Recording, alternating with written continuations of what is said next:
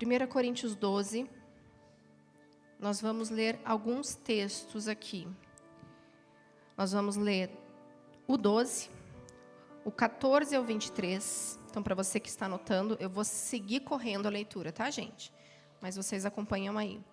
12, 12, 12, 14 ao 23 e 12, do 26 ao 27.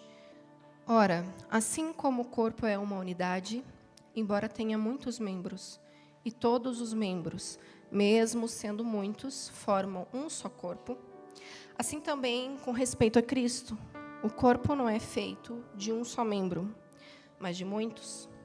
Se o pé disser, porque não sou mão, não pertenço ao corpo, nem por isso deixa de fazer parte do corpo. E se o ouvido disser, porque não sou olho, não pertenço ao corpo, nem por isso deixa de fazer parte do corpo. Se todo o corpo fosse olho, onde estaria a audição? Se todo o corpo fosse ouvido, onde estaria o olfato? De fato, Deus dispôs cada um dos membros no corpo segundo a sua vontade. Se todos fossem um só membro, onde estaria o corpo? Assim, há muitos membros, mas um só corpo. O olho não pode dizer à mão, não preciso de você. Nem a cabeça pode dizer aos pés, não preciso de vocês. Ao contrário, os membros do corpo que parecem mais fracos são indispensáveis. E os membros que pensamos serem menos honrosos, tratamos com especial honra. E os membros que em nós são indecorosos, são tratados com decoro especial. Quando um membro sofre, todos os outros sofrem com ele. Quando um membro é honrado, todos os outros se alegram com ele. Ora, vocês são o corpo de Cristo, e cada um de vocês, individualmente, é membro desse corpo. Vamos para a oração sacerdotal de Jesus agora, em João 17.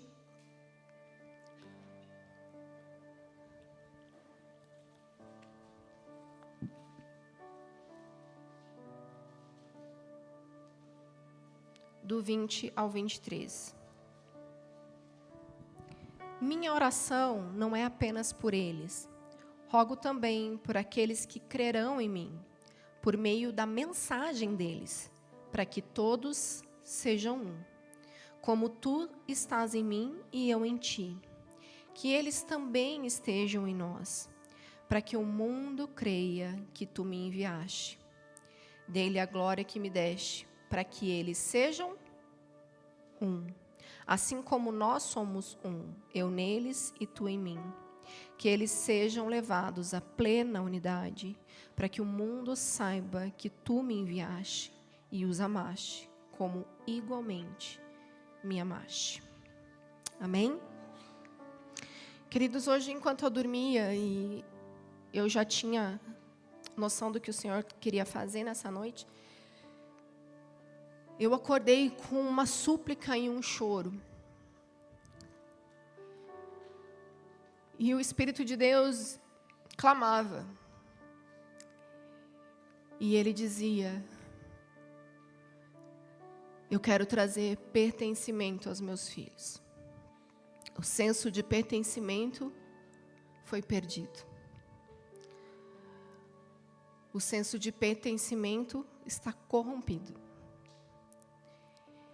E eu lembro que eu fui acordada pelo Espírito de madrugada. E eu lembro que aí a mensagem começou a ecoar no meu espírito e eu fiquei em oração em línguas, tentando entender toda essa carga, toda essa dor que veio ao meu coração. E o Senhor começou a me dar a direção mais clara do que Ele queria fazer. E eu quero compartilhar algumas coisas com vocês aqui. Sabe, esse sentimento de pertencimento, ele é muito importante para todos nós. Desde o nosso nascimento, nós somos acolhidos, ou deveríamos ser. Porque nós estamos numa relação muito intensa no ventre da mãe, recebendo toda a proteção e nutrição necessária. Então, quando nós viemos ao mundo, estamos expostos, bate aquele choro, o desespero de toda criança que nasce, porque ela é retirada desse lugar de proteção. Mas o acolhimento da mãe, o calor da mãe, o seio da mãe, começa a envolver essa criança. Então, desde muito cedo, o pertencimento é parte de nós. O Senhor nos criou assim. Ele nos fez feitura dele. Ele nos teceu no ventre da nossa mãe. Ele nos fez dele. O olhar do Senhor estava sobre nós. E, queridos, nós vamos tendo uma vida que busca sempre essa religação. É interessante que, quando você acompanha o histórico de bastardos, pessoas que foram geradas fora da aliança do casamento, ou daqueles órfãos que não entraram como parte de uma família, ou foram, nas suas relações, não tiveram aquela família de pertencimento. Teve uma tia que criou, depois um tio que pegou e depois foi para outra família, ou mesmo aqueles que passam muito tempo no orfanato. Se você conversa com elas, você começa a perceber o mesmo tipo de comportamento. A dificuldade de se sentir parte, de se sentir pertencente a um grupo, desde a escola, ao grupo de amigos, da rua. Sempre parece que há uma quebra de vínculo dessas pessoas. E na igreja não é diferente, isso também acontece. Essa desconexão. E existe uma perseguição espiritual para mostrar para essa pessoa que ela não é pertencente, que ela é abandonada, que ela é rejeitada, um reforço no reino espiritual, para que ela não prove da paternidade do Senhor, na vida da sua liderança, dos seus pastores. Ela nunca se sente inteiramente acolhida, envolvida. E é interessante porque muitas vezes essas pessoas relatam as mesmas coisas. Do tipo, eu posso sentar numa fileira e ela está vazia. Mas à medida que as pessoas começam a chegar, elas vão escolher vários lugares, menos sentar do meu lado. E vai ter uma reunião enorme e eu vou estar sozinha. As pessoas não vão sentar ao meu lado. Isso é um relato muito comum. Porque é um espírito que persegue essas pessoas, para sempre tentar mostrar para elas que elas não são parte, que elas são rejeitadas. Ela tem sempre a sensação que ela vai para um lugar e nunca ninguém vai sentar do lado dela. Aquela fileira nunca vai se preencher. E é uma clara investida do diabo para mostrar para ela que ela não é aceita, que ela não vai ser acolhida, que ela não vai ser parte de nada. Queridos, isso é tão forte que determina, muitas vezes, a forma com que as pessoas vão se envolver na vida da igreja. Muitas delas têm uma força para batalhar em ser parte e querer participar e estar envolvido nas Livingstones, se envolver no voluntariado. Às vezes elas dão um passinho. E várias vezes, na medida que ela vai tentando, o diabo também vai investindo para mostrar para ela que ela não é parte, que ela não é bem-vinda. E começam algumas falas do inimigo na mente e no coração dela, causando intrigas, divisões, facções, e ela não consegue se conectar. Ou ela vai até um nível, mas não inteiramente. Ela vai dando passos, ela vai avançando, mas parece que sempre acontece algum nível de quebra, algum nível de vínculo, e ela, de novo, tem esse sentimento, e essa perseguição espiritual vem sobre ela. E, queridos, nós precisamos batalhar, porque nós lemos 2 trechos aqui da palavra que falam da importância da unidade, e o que isso revela ao mundo.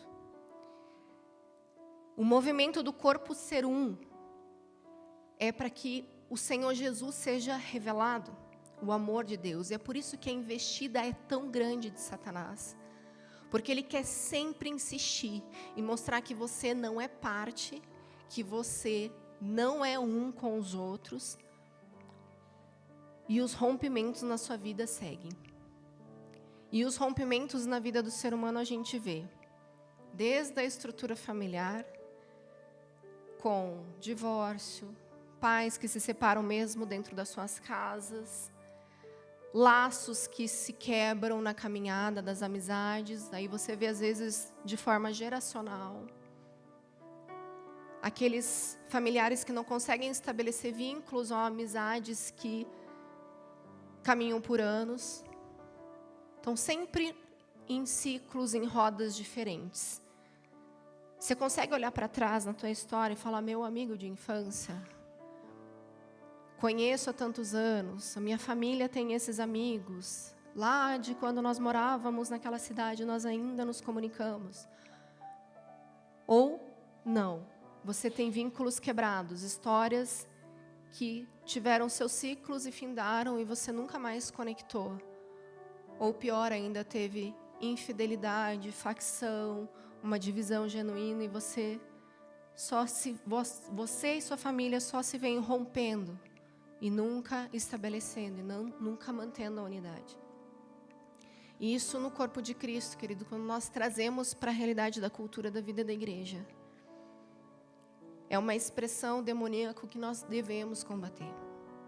Porque aqui nós somos chamados para resgatar o desejo original do Senhor de sermos uma família.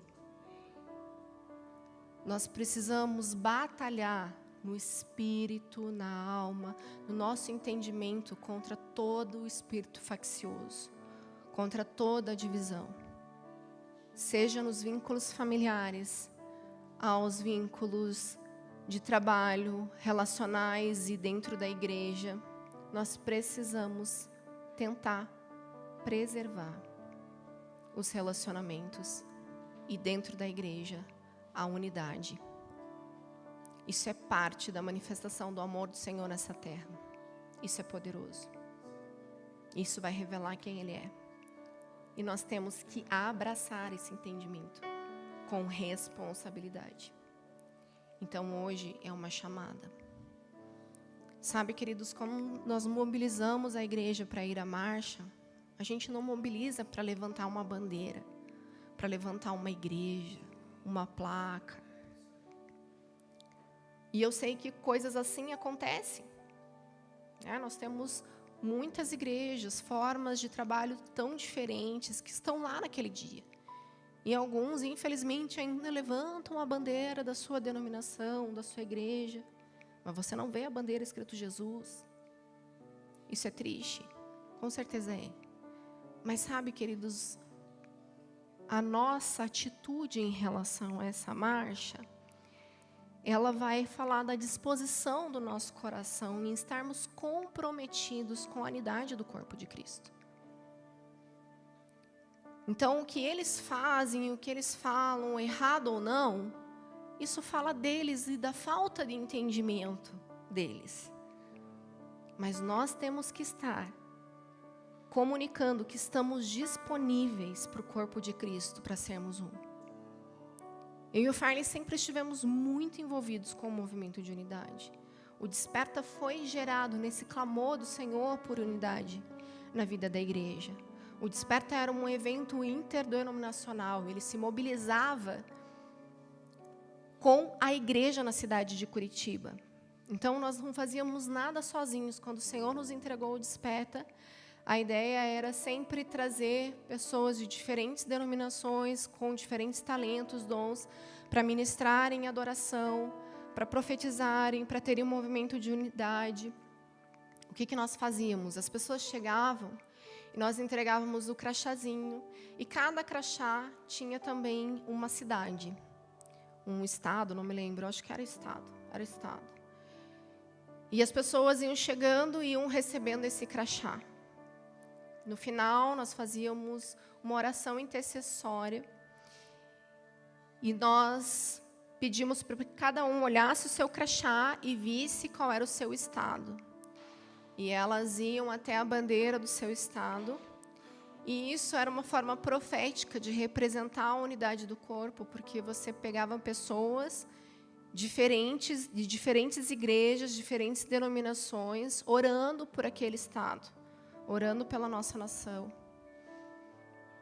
A intenção sempre foi de gerar algo no Senhor que refletisse quem Ele é nessa terra. Então, o Desperta nasceu com esse propósito, e eu lembro que eu e o Farley, hoje, nós podemos olhar para trás e ver algumas feridas que nos atingiram como forma do próprio Deus mostrar para nós a condição do corpo de Cristo. Porque, queridos, eu vou falar, a gente já ouviu cada coisa. Nós já fomos chamados de Absalão quando saímos de uma igreja.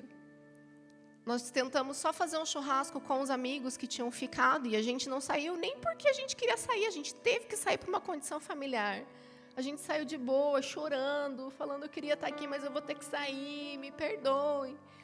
Mas era uma imposição da minha família e eu não tinha o que fazer, então eu saí com o coração bem apertado. Mas saímos. Então nós tentamos fazer um churrasco com os amigos da igreja, aquela coisa de estamos com saudades, então vamos reunir a galera. E, inclusive, implicava em pessoas de outras igrejas, que não só da onde saímos. Então, fomos chamados de Absalão. O pastor dizia para eles: olha, não vão lá, porque eles são com Absalão. Eles vão ficar lá na porta, falando mal da gente, falando da gente, e tentando contaminar vocês para saírem também. E eu lembro que isso me causou um choque tão grande que eu falei: não é possível. Não é verdade. E a gente ficava: mas o que está acontecendo?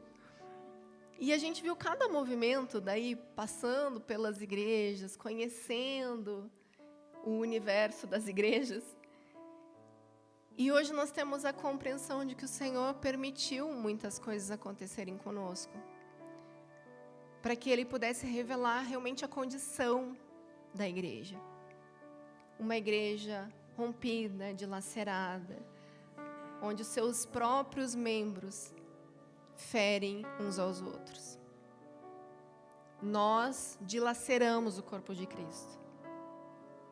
E nós estamos falando do corpo de Cristo. Sabe, parece muitas vezes que as pessoas não têm compreensão do que isso significa.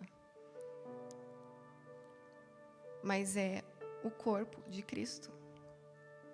Não é você só ouvir que Cristo é o cabeça. É você compreender que parte de Jesus está sendo afetada, está sendo ferida. E isso tem que doer em você. Quando você pensar em fazer mal para alguém, falar mal de alguém, fazer fofoca de alguém, denegrir alguém, você tem que entender que você está ferindo o próprio Cristo. Quando você desmerece um ministério, quando você fala mal de uma igreja, quando você fala mal de alguém, você está ferindo Jesus. E isso tem que vir num nível de consciência profunda em nós. Porque parece que você já ouviu o que eu estou te dizendo. Mas você não teve compreensão e revelação porque você continua fazendo isso. E nós precisamos assumir a responsabilidade hoje de pararmos de ferir o corpo de Cristo. De decidir por sermos um com Ele. Essa igreja precisa ser um. Nós precisamos nos mobilizar neste amor verdadeiro. Em nome de Jesus. Então, isso aqui é só uma introdução para a gente entender a origem disso tudo. E nós vamos abrir agora Gênesis 1, 27 a 28. Nós vamos ver aonde essa mentalidade dividida começou, o que ela causou e como vamos nos mobilizar, amém? Gênesis 1, do 27 ao 28, fala: criou Deus o homem à sua imagem.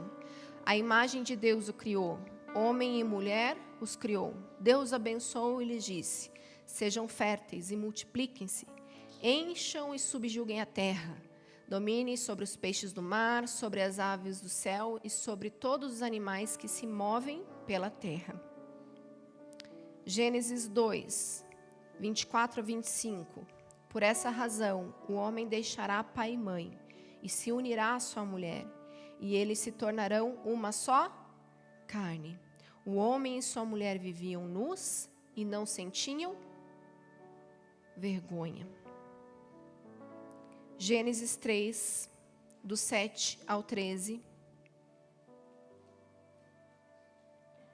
Os olhos dos dois se abriram e perceberam que estavam nus. Então juntaram folhas de figueira para cobrir-se. Ouvindo o homem e sua mulher os passos do Senhor Deus, que andava pelo jardim quando soprava a brisa do dia, esconderam-se da presença do Senhor, entre as árvores do jardim. Mas o Senhor Deus chamou o homem, perguntando: onde está você?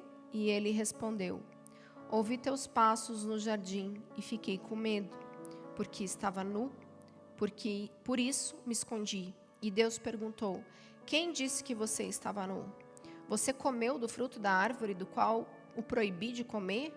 Disse o homem: foi a mulher que me deste por companheira, que me deu do fruto da árvore, e eu comi. O Senhor Deus perguntou então à mulher: que foi que você fez? Respondeu a mulher: a serpente me enganou e eu comi. E enfim, um texto bem conhecido nosso, para falar que a mente dividida do homem aconteceu ali, certo? O pecado, então, fez a introdução da divisão no coração do homem, da falta de discernimento, de entendimento. A mentalidade do homem ficou distorcida naquele momento. E essa compreensão é importante, queridos, porque esse afetamento nos persegue até hoje. Houve uma consequência para essa mente que foi totalmente corrompida naquele dia. Quando nós olhamos para Adão e Eva, a gente vê uma defesa. E não uma defesa autêntica, mas porque seus olhos mudaram e eles passaram a ter um entendimento diferente. Então, quando o Senhor chega, eles não entregam o seu pecado, eles não falam: eu pequei, então eu me escondi. Eles falam: porque eu estava nu, eu me escondi. Então, a gente vê uma clara visão sendo distorcida. Eles passam a se perceber diferente. Então, o homem passa a ter vergonha da mulher, a mulher do homem. Então, eles se escondem do Senhor e ainda dissimulam, dão desculpas sobre o motivo dessa fuga, desse movimento na presença do Senhor. E isso nos persegue até hoje. Vamos falar sobre essas consequências. O nosso olhar e a percepção sobre nós e sobre o homem é totalmente distorcido. Nós não conseguimos entender e ver o nosso valor desde muito cedo. E nós também julgamos, acusamos e vemos o outro, não na percepção do Senhor, mas com as distorções da nossa alma, porque o pecado entrou. Então, a gente começa a ter impressões sobre o outro de uma maneira diferente. A gente começa a fazer pré-julgamento, porque a nossa concepção está contaminada pelo pecado. Então, nós fazemos leituras distorcidas de todo o cenário. E nós precisamos ser honestos com o Senhor sobre esta visão e começar a encontrar lugar de arrependimento e pedir perdão, porque o motivo real dessa distorção se chama pecado. Muitas vezes é uma intriga e um olhar de raiva dentro de nós que fere o outro, que vê o outro como ele é. Existe uma projeção equivocada sendo feita sobre o outro. E nós precisamos nos arrepender para mudar o olhar a respeito do outro. E também termos os olhos do Senhor sobre nós. Porque muitas vezes não conseguimos ser misericordiosos conosco. Nós não conseguimos ter amor próprio. Porque estamos afastados do verdadeiro amor. Estamos afastados da verdade de Jesus sobre nós. E isso faz você se sentir menos, se você ora e pede perdão e muitas vezes não consegue ser livre e se culpa. Você não abraçou o poder da cruz. Você continua se punindo, fazendo movimentos de defesa ou de justificativa. e continua pedalando nos mesmos erros. Isso é tudo fruto, gente, de uma mentalidade que foi distorcida, de um engano que penetrou a sua alma, a respeito de quem você é, a respeito do outro. E o Senhor Jesus hoje está aqui, lavando e purificando os nossos pecados, lavando a nossa mente, o nosso entendimento, para que a gente possa receber do alto a verdade sobre aquilo que Ele tem sobre as nossas vidas. Ele já liberou o perdão, nós podemos acessá-lo. Então, toda culpa, toda condenação já estava sobre Ele. E a tua culpa, a tua condenação, queridos, não vai te justificar naquele dia do julgamento. Não vai te fazer uma pessoa melhor, porque você ficou tomando para si o seu dano, a sua acusação.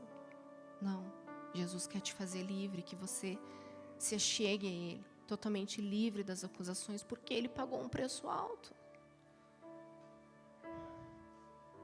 Ele pagou um preço altíssimo para você ser livre, para você receber dele o perdão e também perdoar. E é injusto quando nós não liberamos o perdão ao outro, porque o dano que Jesus sofreu foi pelo outro também. Então, quando você não faz isso por você e pelo outro, você desapropria a obra da cruz. E hoje nós queremos receber o sangue que foi derramado naquela cruz, amém? E sermos totalmente lavados e purificados. E uma outra consequência é que nós nos afastamos do propósito do Senhor. O Senhor tinha algo para Adão e Eva. Ele deu uma clara instrução do que fazer. Mas o seu propósito foi transformado. Ele falou, olha, multipliquem a terra, encham essa terra, cuidem de tudo que eu estou criando. Mas então veio o pecado. E ele falou, então as coisas não vão ser mais fáceis assim. Não vão ser mais simples. Então você vai precisar trabalhar para ter o que comer. Você vai ter dor de parto. E vieram as consequências do pecado que nós sofremos até hoje. Mas, queridos, o que me pesa de verdade é ver que muitas vezes o senso de propósito se perde nesse caminhada. Porque nós temos impedimento de acesso ao entendimento da mente do Senhor, porque dividimos aqui o nosso coração e começamos a levar uma vida por conta e começamos a tomar as nossas decisões. Então eu vou cursar um curso que a minha família é já bem sucedida. Eu vou fazer o curso porque meu pai quer. Eu vou fazer esse tipo de trabalho porque é o que vai me dar dinheiro. Eu vou casar porque precisa para o ministério. Eu preciso ter filhos. Eu preciso... E são coisas genuínas. O Senhor quer que você faça, quer que você tenha, amém? Mas o que te motiva, muitas vezes, compromete o seu destino. Porque você pode fazer escolhas por você mesmo. E não motivados na vontade, no centro da vontade do Senhor.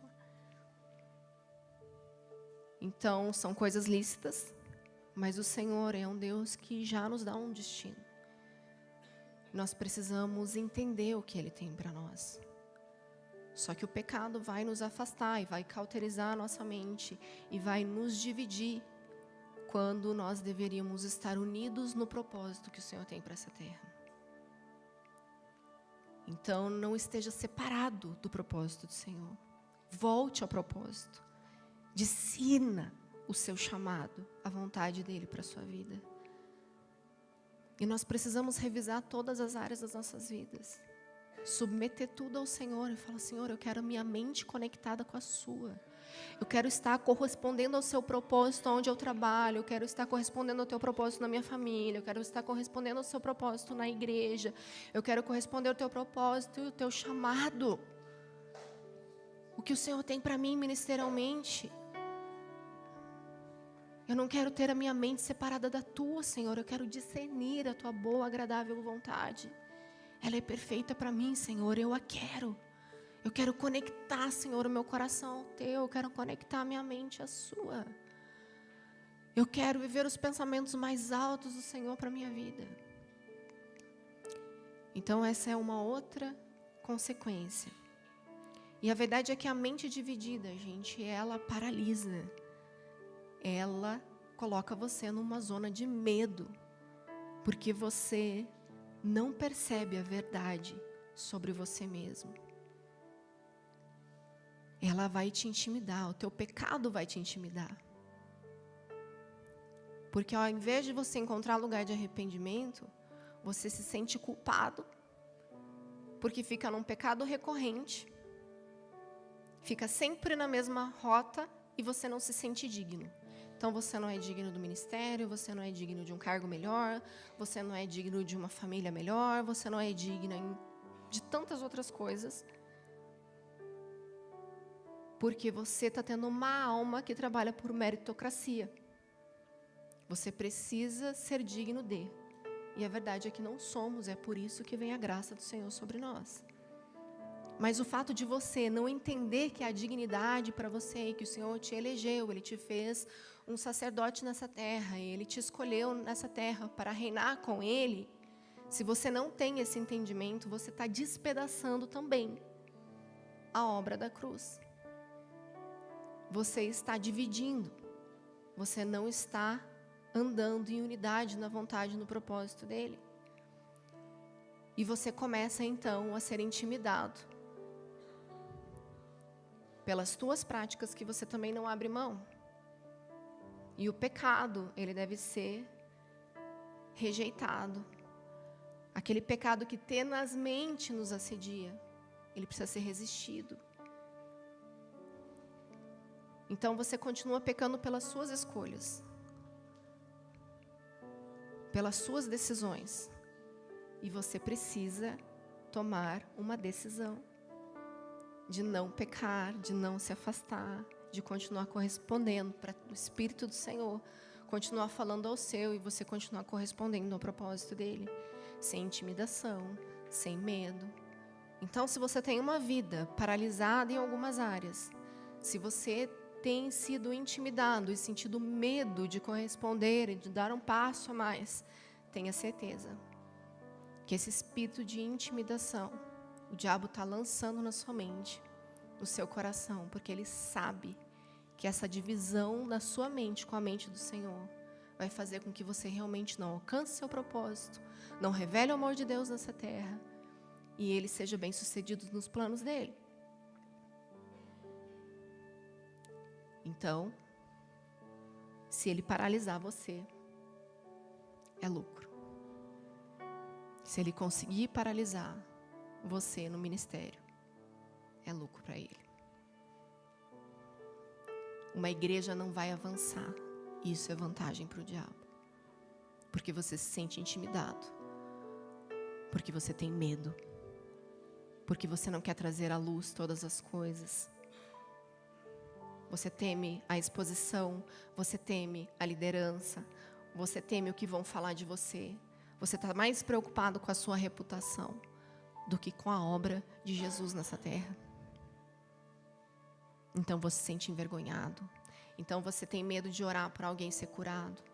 Você tem medo de orar por quem está numa cama paralisado. Você tem medo de orar porque você está mais preocupado com a sua reputação do que com a obra poderosa do Senhor Jesus. Ele quer fazer milagres. Ele quer te usar. Mas você precisa ser livre e conectar sua mente com a dele novamente. Porque Jesus falou: Senhor, eu deixei a minha glória, eu entreguei a eles. Para que eles tenham o entendimento que nessa unidade eles vão revelar o meu amor para aqueles que não te conhecem. Senhor, eu oro para que eles entendam. Precisa, querido, abalar o nosso espírito, a nossa alma, essa verdade. para conectarmos com Ele novamente, para termos uma mente com a dele. E outra consequência é que você começa a justificar os seus pecados, você começa a dissimular, que é o que a gente viu Adão e Eva fazendo. Ah, pastor, é que eu faço isso por causa daquilo. Na verdade, eu fui empurrado para este lugar. É aquela desculpa, né? Então, é pobre, eu tenho que roubar. Não é? A gente facilmente dá desculpas para os nossos erros. E eu não falo nem só de pecado, mas de estar no lugar errado, com as pessoas erradas, com as mesas erradas. Nós começamos a dissimular como Adão e Eva fizeram, porque a mente está separada.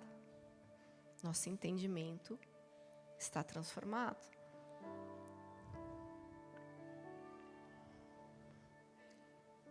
Outra consequência é que nós não nos responsabilizamos e tratamos como Adão e Eva fizeram. O que aconteceu, Adão? A mulher que tu me deste. Ah, mas é que, né? Olha a família que eu fui nascer, olha o pai que o Senhor me deu, olha esse marido. Nós estamos sempre responsabilizando alguém. Então o Senhor vai para Eva, foi a serpente. Nós estamos sempre entregando a responsabilidade para alguém. Isso é fruto de uma mente dividida. E essa mente, então, queridos, vai causar divisões nos nossos relacionamentos, no nosso ministério. E eu quero agora ir com vocês para essa parte. Com o entendimento, queridos, que um dos principais propósitos do Senhor para a união, desde a criação, é a multiplicação. O Senhor uniu o homem e a mulher para multiplicar. O Senhor uniu a igreja para multiplicar a salvação nessa terra. O Senhor se fez um conosco para que o amor dele fosse revelado. Então a gente vai ver em históricos bíblicos ali, na família natural, quando você olha para Caim e Abel, quando você olha para José e os seus irmãos, famílias onde a mente dividida reinava, onde a perseguição, a inveja, a facção aconteceu. Você olha para histórias como Davi e Saul, que tinham o mesmo propósito de se tornarem rei, foram reis, mas na condição de facção, de inveja. Agora você vai abrir comigo Tiago 4.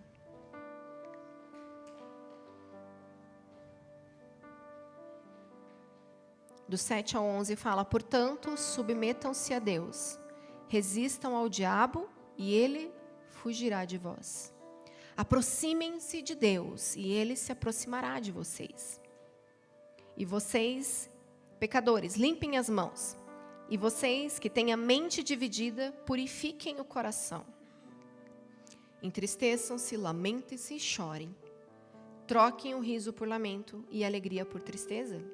Humilhem-se diante do Senhor e Ele os exaltará. Irmãos, não falem mal uns dos outros. Quem fala contra o seu irmão ou julga o seu irmão, fala contra a lei e a julga. Quando você julga a lei, não está cumprindo, mas está agindo como juiz. Queridos, a palavra vai mostrar em 1 Coríntios 3. A gente vai de Bíblia hoje, hein? Ninguém vai dizer que não sabe nada, que nunca viu, que sentou na mesa e alguém disse e você falou: não sei do que está fazendo, não sei que está errando. 1 Coríntios 3, do 1 em diante. Irmãos, não pude falar a vocês como a espirituais, mas como a carnais, como a crianças em Cristo. Ele está falando com uma igreja. Vocês estão entendendo?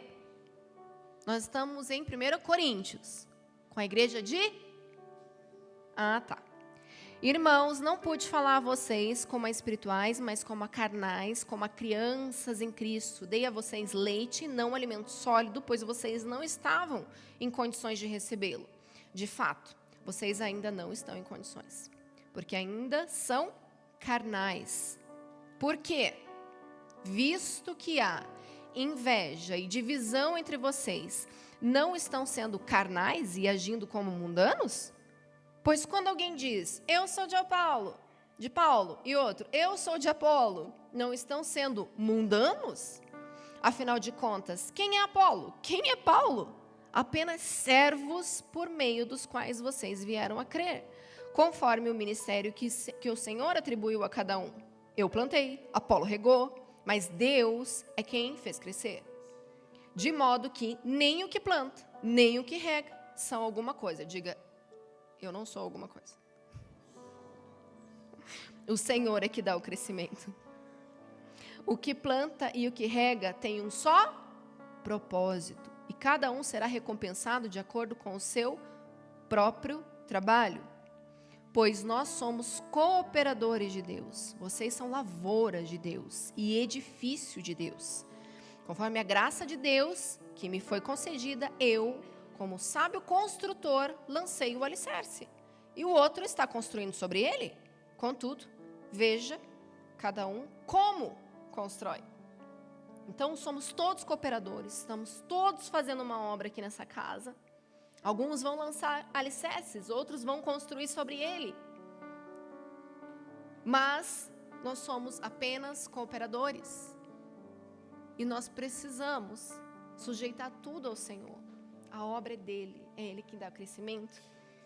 E a mente dividida no nosso meio tem produzido essa desunião do corpo de Cristo e afetado. E o Senhor chama aqui, Paulo está dizendo, olha, vocês são como crianças, vocês são imaturos, vocês são carnais, vocês são mundanos. E nós estamos, ao longo dos anos, ouvindo as mesmas coisas dentro da igreja, ou alguma coisa mudou? Não, né? Que eu cansei de ir para retiro e tinha o time da fulana, o time da ciclana. Eu sou da pastora, do pastor. Isso ainda acontece. Não é engraçado, se não fosse triste. Meu Deus do céu. Gente, vocês já ouviram isso na igreja, não? Um texto pesado. Tiago 3, 13 e 17. Quem entre vocês é sábio e inteligente? Mostre as suas obras em mansidão de sabedoria mediante a sua boa conduta. Se, pelo contrário, vocês têm em seu coração inveja amargurada e sentimento de rivalidade, ou, outras versões, faccioso, não se gloriem disso, nem mintam contra a verdade. Esta não é a sabedoria que desce lá do alto, pelo contrário, ela é terrena, animal e demoníaca. Pois onde há inveja e sentimento faccioso, ou rivalidade em algumas versões, aí há confusão de toda espécie de coisas ruins. Mas a sabedoria lá do alto é primeiramente pura, depois pacífica, gentil, amigável, cheia de misericórdia e de bons frutos, imparcial, sem fingimento. Amém? Sentimento faccioso. Essa palavra no original se chama eritheia, que significa intriga por um ofício, desejo de se colocar acima, o espírito partidário. Queridos, o mundo hoje, ele é totalmente partidarista, não é? Ele é polarizado. Esse é o mundo. E a gente traz para dentro da igreja o mesmo comportamento. A mente dividida, ela quer cargos, ela quer espaço, ela quer reconhecimento, ela quer seu nome, ela quer seu título. e os seus servos. E isso não deve ser parte da igreja, porque Paulo diz que isso é demoníaco, isso é carnal. Tudo isso ele chamou de infantilidade. Isso não deve habitar em nosso meio. Essa mente dividida precisa ser hoje lavada e purificada. Nós somos um corpo só. Nós estamos apenas sendo conduzidos por um supremo pastor que nos confiou parte de um rebanho nesta cidade, mas nós somos uma igreja do Senhor Jesus em toda a cidade. Nós honramos e abençoamos cada denominação que tem a sua função no corpo. Tem igrejas extremamente evangelísticas e elas recebem pessoas, elas têm suas programações voltadas para receber pessoas. Tem igrejas totalmente voltadas para a libertação, as pessoas lá são livres, as pessoas recebem oração em posição de mãos, caem endemoniada e Vale do Sal e tudo rola. E as pessoas passam lá para serem libertas. Existem igrejas extremamente fundadas no ensino, elas vão ter aquela condição de mestres, elas vão trazer o ensino bíblico, elas vão capacitar, elas vão dar toda a bagagem necessária para a caminhada desse cristão no ensino. E nós devemos reconhecer. Existem tantas outras, e vocês vieram de tantas outras, e eu tenho certeza que você vai olhar para trás e ser grato pela obra que o Senhor fez na tua vida naquele lugar, em nome de Jesus. E eu espero que você não tenha vindo com a mente dividida, e que você não olhe para trás com rejeição do que passou, mas pelo contrário, com gratidão, reconhecendo que o Senhor fez uma obra na sua vida naquele lugar. Que você foi pastoreado, que você foi acompanhado, de um jeito ou de outro, eles deram o que podiam a vocês, e nós devemos vir com essas cargas de gratidão. O Senhor fez tudo cooperar para o bem, o Senhor fez a ferida e o Senhor sarará, o Senhor usou pessoas para me lapidarem, e que possamos aplicar a palavra que diz: fira-me o justo, e será como um óleo sobre a minha cabeça. E Senhor, eu fui confrontada, eu fui afiada, e eu te dou glória, Senhor, eu te reconheço nisso. Isso vai ser transbordante, isso vai ser como um óleo na minha cabeça, isso vai me curar, isso vai me transformar. E com o mesmo consolo que eu recebi, eu também vou consolar.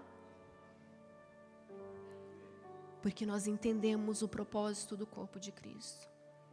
Nós seremos um verdadeiramente, tendo entendimento do que passou, com a expectativa do que virá, tendo um corpo que é um só, sem difamar, sem apontar, sem fazer acusações, e os concertos sendo feitos, olho no olho, verdade na mesa, confrontar quando necessário em amor, com sabedoria, exortai-vos mutuamente, aconselhai-vos mutuamente. Essa é a instrução do Senhor para nós.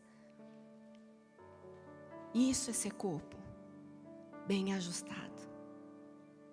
Mas não, a nossa tendência é melhor não caminhar junto. Nossa tendência é melhor afastar. Não quero me machucar mais. Melhor sair. Melhor evitar. Queridos, existem níveis para isso acontecer. Primeiro você reconcilia, você pede perdão, ou você aponta na exortação, o perdão é liberado. E se não é, daí você vai para outro nível de testemunho. Se não reconhece a falta, você vai lá e chama o testemunho. Se mesmo com a testemunha não reconhece a falta, então vai à igreja. Até que, se não houve arrependimento, o afastamento do corpo de Cristo. Mas isso são etapas. Só que a gente não vai nem a primeira às vezes. Nós somos ofendidos e feridos. e nós não nos voltamos à pessoa para dar a chance dela acertar, dela consertar. Nós não damos a chance do outro de pedir perdão, de se arrepender, de nos reconciliarmos. Mas isso é fruto de uma mente dividida.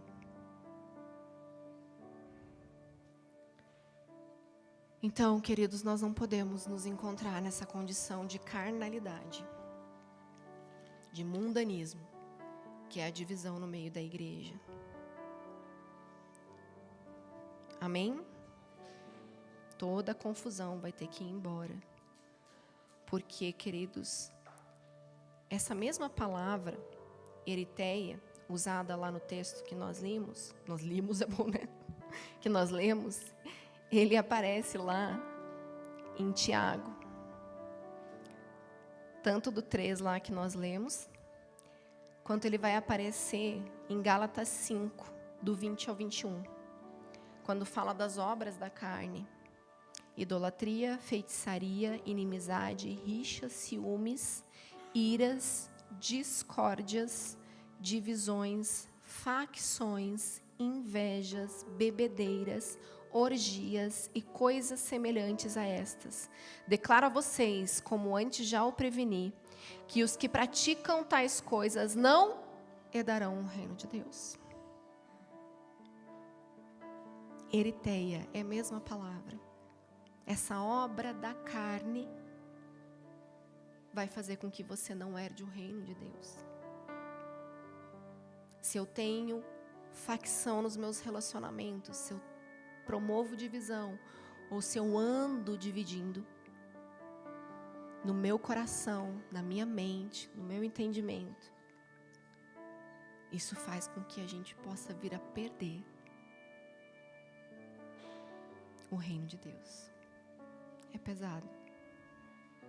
E isso tem que entrar de uma forma diferente no nosso coração hoje. O Senhor está querendo vir com uma espada afiada. Ele quer penetrar hoje para discernir seu espírito da sua alma e dizer: olhem para mim, eu sou um corpo e vocês estão me ferindo. Vocês estão andando com a mente dividida, separada de mim, de quem eu sou, da minha verdade, do meu amor. Quando você faz isso contra você mesmo, quando você faz isso para o outro, você está ferindo o corpo de Cristo. Eu e você somos o corpo de Cristo. E a vitória que o diabo quer ter, porque ele sabe que em Mateus 12, 22 diz que todo reino dividido contra si mesmo será arruinado. E toda cidade ou casa dividida contra si mesmo não subsistirá. Verso 30 diz: aquele que não está comigo está contra mim, e aquele que comigo não ajunta, espalha. O Senhor hoje está nos chamando para que o diabo pare de ter vitórias no reino de Deus. Porque ele tem encontrado mentes divididas que estão separando famílias, igrejas. O reino de Deus está sendo dividido nessa terra. E ele está encontrando vitória. Mas hoje nós declararemos que não encontrará lugar em nós. Em nome de Jesus. Nós vamos unir a nossa mente com a mente do Senhor. Amém? Quem está entendendo? Vamos lá.